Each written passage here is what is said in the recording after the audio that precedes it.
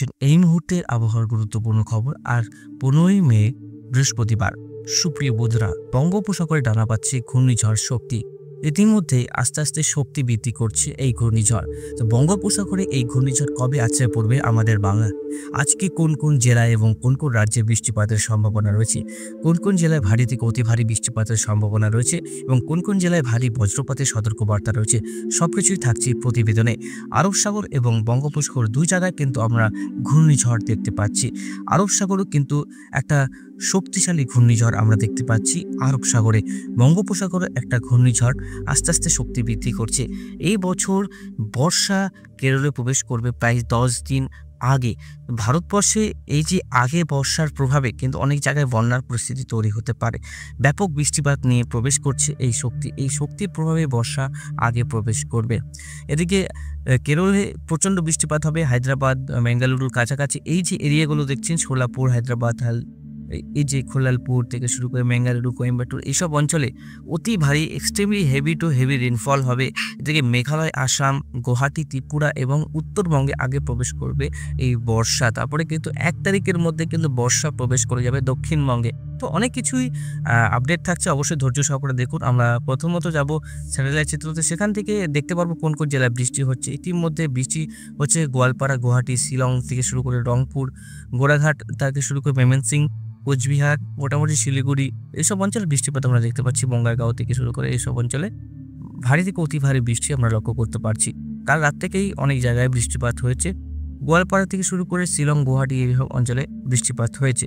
বঙ্গোপসাগরে আস্তে আস্তে কিন্তু এই ঘূর্ণিঝড় তৈরি হচ্ছে। এদিকে আরব সাগরে এখন ঘূর্ণিঝড়টি তৈরি হয়নি। আমরা দেখব কোন কোন অঞ্চলে আজকে বৃষ্টিপাতের সম্ভাবনা রয়েছে। চলুন, আজ 15 তারিখ, আজকে কোন কোন অঞ্চলে ঝড় বৃষ্টি চলবে। 15 তারিখে ঝড় বৃষ্টি চলবে ময়মনসিংহ, ঢাকা, বাংলাদেশ, রাজশাহী, আলিপুরদুয়ার, কোচবিহার দিকে রাতের দিকে হবে। তারপরে কিন্তু বৃষ্টিপাতটা বিকেল 5টার সময় একটা অতি ভারী বৃষ্টিপাত হবে।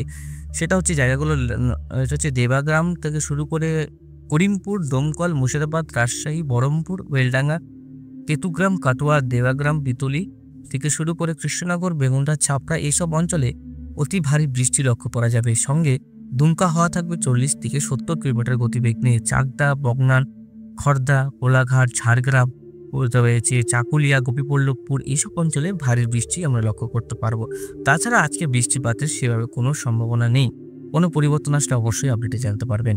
আলিপুরদুয়ার, কোচবিহার, শিলিগুড়ির দিকে বৃষ্টিপাতের সম্ভাবনা রয়েছে। 16 তারিখে বৃষ্টিপাতের সম্ভাবনা রয়েছে শিলিগুড়ি, গোয়ালপাড়া, গুয়াহাটি। আস্তে আস্তে বৃষ্টিপাত প্রবেশ করবে দক্ষিণবঙ্গের দিকে।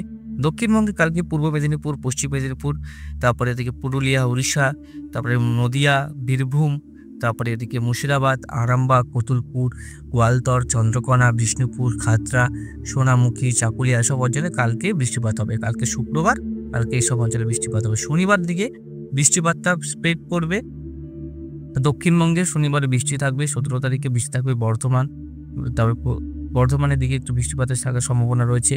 ধানবাদ, বীরভূমের দিকে, মুর্শিদাবাদ জেলায় বৃষ্টিপাত সম্ভাবনা রয়েছে। 2 দিনাজপুরে সম্ভাবনা রয়েছে।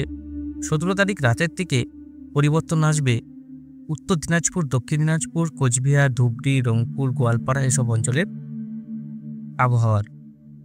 18 তারিখ থেকে ভারী থেকে অতি ভারী বৃষ্টি শুরু হবে উত্তরবঙ্গে। 18 তারিখে রবিবার থেকে ভারী থেকে অতি ভারী বৃষ্টি শুরু হবে উত্তরবঙ্গের জেলাগুলো থেকে। উত্তরবঙ্গে দক্ষিণবঙ্গে জামশেদপুরের দিকে হবে।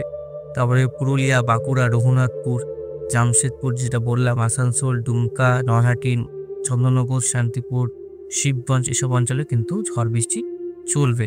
তারপরে ঝড় বৃষ্টি 18 তারিখে যেটা দেখতে পাচ্ছি, ঝড় বৃষ্টিটা রাত 2টোর সময় এটা পরিবর্তন দেখতে পাচ্ছি। এই সব অঞ্চলে ভারী থেকে অতি ভারী বৃষ্টি একটা আসবে 19 তারিখে থেকে শুরু করে 19 তারিখে 20 তারিখেও কিন্তু ঝড় বৃষ্টি থাকবে উত্তরবঙ্গে, দক্ষিণবঙ্গের রাজ্য জুড়ে। তারপর 19 তারিখে রাতের দিকেই ঝড় বৃষ্টি থাকবে উত্তরবঙ্গে, দেখতে পাচ্ছেন ভারী বৃষ্টি। তারপরে এদিকে 20 তারিখেও ভারী বৃষ্টি রয়েছে, মানে উত্তরবঙ্গের জেলাগুলোতে। তারপরে এদিকে আমরা দেখতে পাচ্ছি 20 তারিখেও মোটামুটি ভারী বৃষ্টি থাকবে। 21 তারিখেও থাকবে উত্তরবঙ্গে, দক্ষিণবঙ্গে।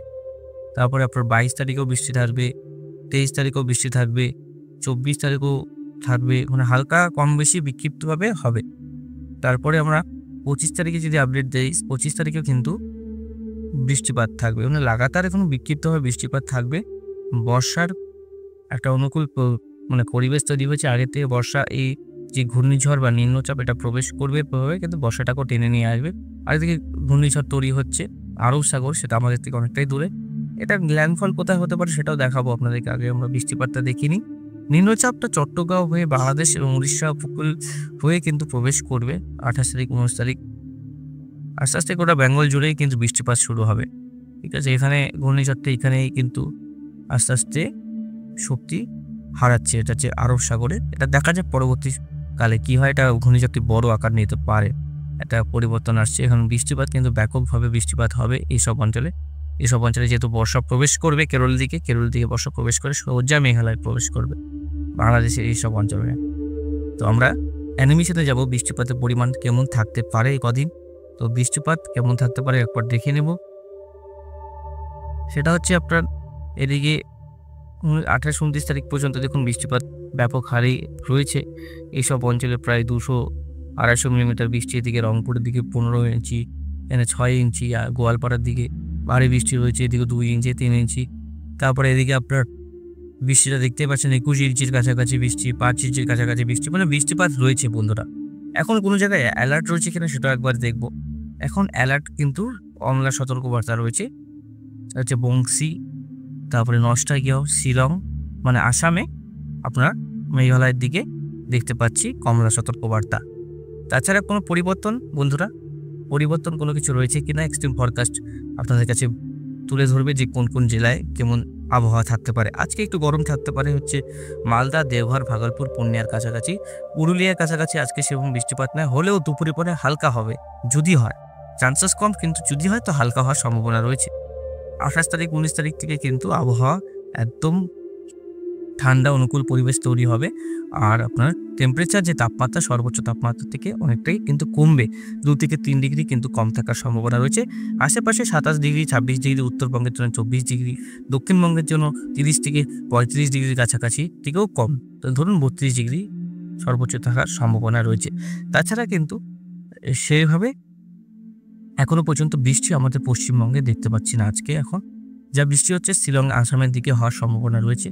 যদি পরিবর্তন হয় অবশ্যই আপনাদের কাছে তুলে ধরবো, পরবর্তী সময় আপডেট আপনারা পেয়ে যাবেন। তো বেশি বড় করে লাভ নেই, ভিডিওটা আজকের মতো এখানে সমাপ্ত করছি। আপনাদের জেলায় আবহাওয়ার আপডেট